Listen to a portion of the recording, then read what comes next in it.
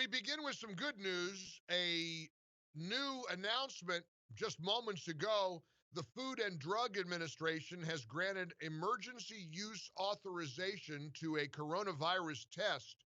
U.S. health regulators have approved a new coronavirus test that will speed up by tenfold the ability to test patients, which will help solve a big obstacle that we have been facing as a country to American efforts to contain the virus.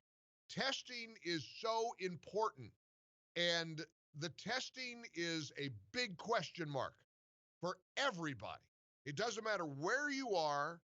Other countries are testing people at an incredibly higher rate than we are. And what they're doing, and I found this out yesterday, somebody, a friend of mine in New York, a young lady who wanted to be tested, and her doctor said, you don't meet the criteria to be tested. In other words, she wasn't exhibiting symptoms that were strong enough, I suppose, for her to get a test in the New York City area, which was peculiar because I'm hearing about all these other people being tested who apparently have had no symptoms. There's no consistency here. We all know that. We get it, that if you're a movie star, if you're a Broadway star, you'll probably get tested. If you're not, you better meet a rigorous list of items that can be checked off by a physician in order for you to be referred to the health department or wherever else you have to go to get tested. And the problem here is, think about other ways we test. Anybody can get tested for HIV. Anybody can tested for different pathogens in your blood.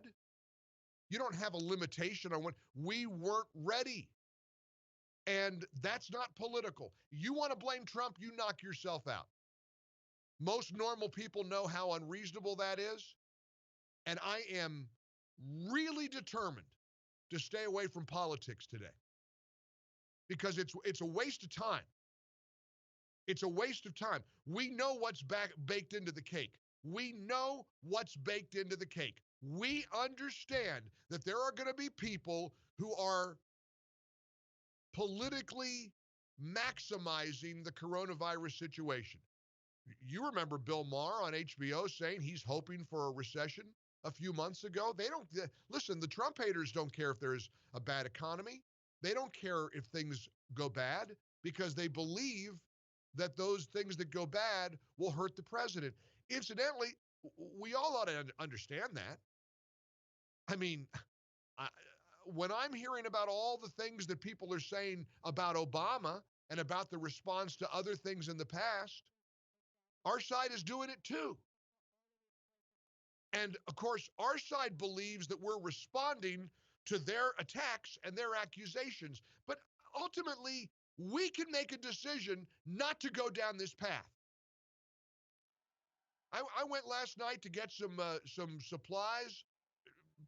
I know I don't need them, but just to be safe, you can't find toilet paper. You can't find wipes. You can't. A guy brought out in a grocery store. A guy brought out a box of wipes, those disinfectants that say 99% kills 99.9% of germs. You'd have thought that this guy, it was like feeding time at the zoo, and all of the zebras were coming along to get to load up. We all swarmed around this kid who had the box of wipes, and I'm all swept up in it. I don't even need wipes. I got 2 of them under the sink at home. I'm all right. I got wipes. Oh, no, I need some more. I got to have my wipes. Everybody wants wipes.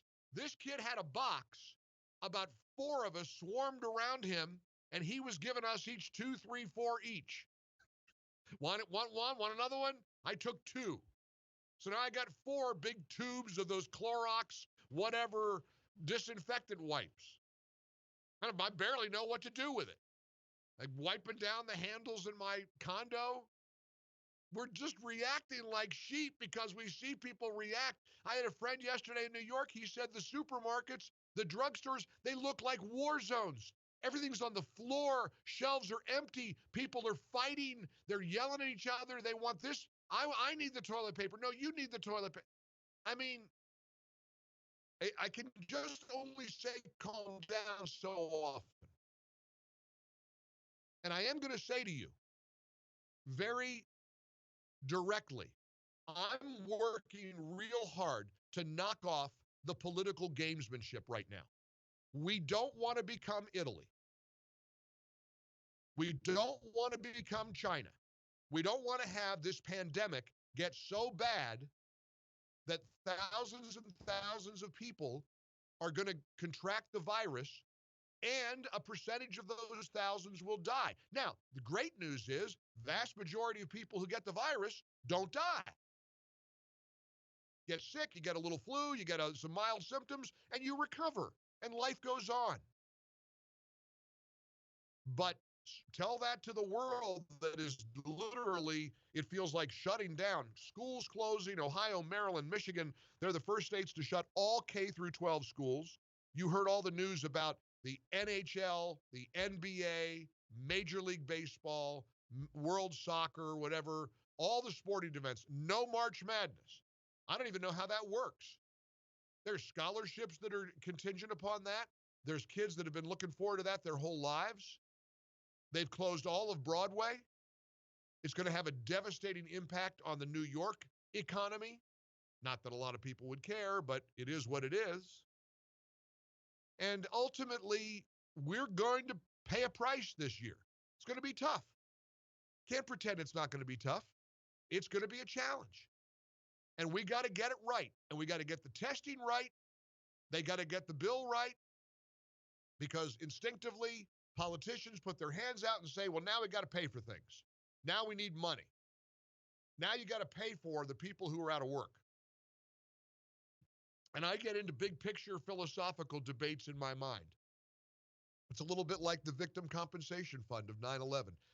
God love the people who lost loved ones on 9/11.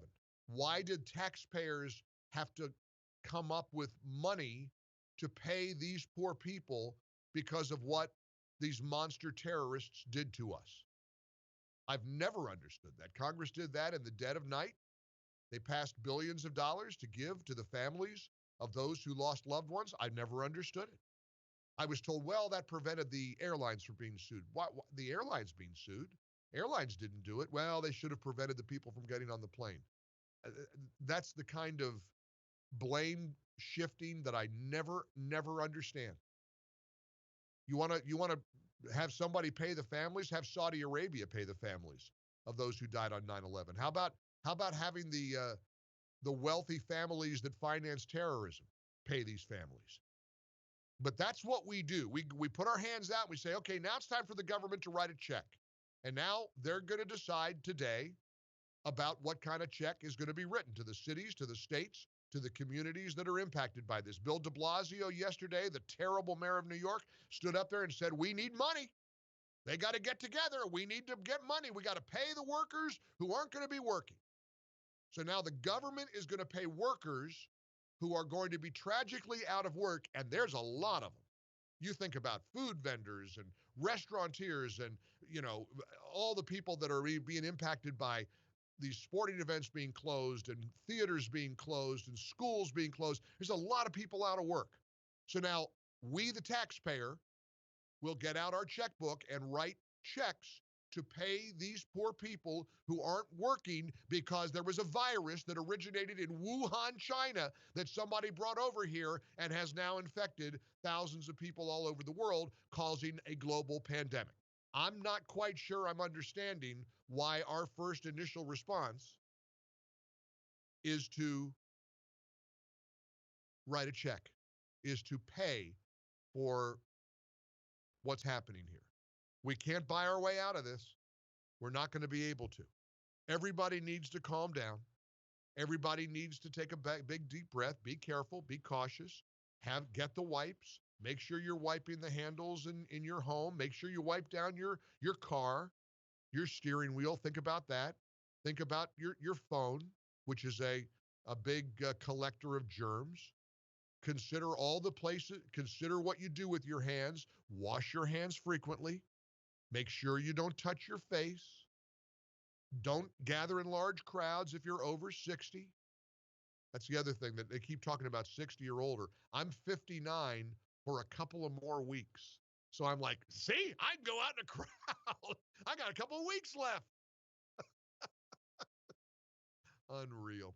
So anyway, we got a lot to break down today in our coronavirus coverage here in the relieffactor.com studios. Our number is 800-655-MIKE, 800-655-6453. Of course, there's so much anger and so many people that are just such dolts. Here's a text on the MyPillow text line. You have proved that you are an idiot and are the problem with your comment about taking wipes even though you didn't need any and then bragging about it. You should give those wipes to an elderly neighbor. Be a man. Okay, calm down there, Florence, and just take a big deep breath. Everybody was buying wipes. If I've got 4 bottles of wipes under my counter, I'll use them all. I'm wiping everything down. And if an elderly neighbor doesn't have any, I'll give one of my bottles of Clorox wipes to a neighbor. Everybody is just raging and ready to pounce because people are stressed. I've noticed it everywhere I've gone. People are anxious. People are worried, and we have a right to be. I get it. I get it. I had kind of a bad encounter yesterday morning with somebody in an email, and the email kind of upset me. And I read the email, and I thought, nah, that person's stressed. There's a lot of challenges and things, and I'm not going to take it personally. Even if the person insulted me, I'm not going to take it personally that you don't think I'm a man because I bought 2 bottles of Clorox wipes yesterday in the grocery store along with everybody else. I get that everybody's on edge. We're going through a tough time, but I just feel like it's important to remind everyone that we're going to get through this. And 2, 3, 4, 6 months down the road, we'll look back and say, wow, we got through it. But I am intrigued by the money factor, and I want to spend a couple minutes with you on that. I really do.